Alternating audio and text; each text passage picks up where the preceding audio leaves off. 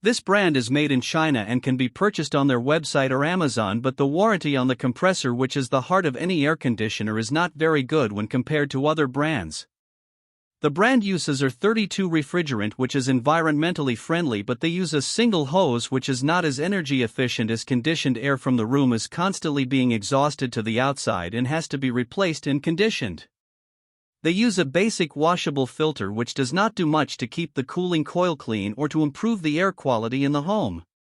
They have electronic controls with a remote. The units have a 2-speed fan with manually adjusted louvers which does not circulate the air as well throughout the room. The KY8K/07B model has a 8,000 BTU cooling capacity, while the KY10K/07B model has a 10,000 BTU capacity. The units are relatively loud when compared to other brands as they have a 56 decibel noise rating. This brand receives an overall 1-star don't buy rating from HvacRepairGuy. Please share your experiences with this brand in the comments section of the HvacRepairGuy YouTube channel.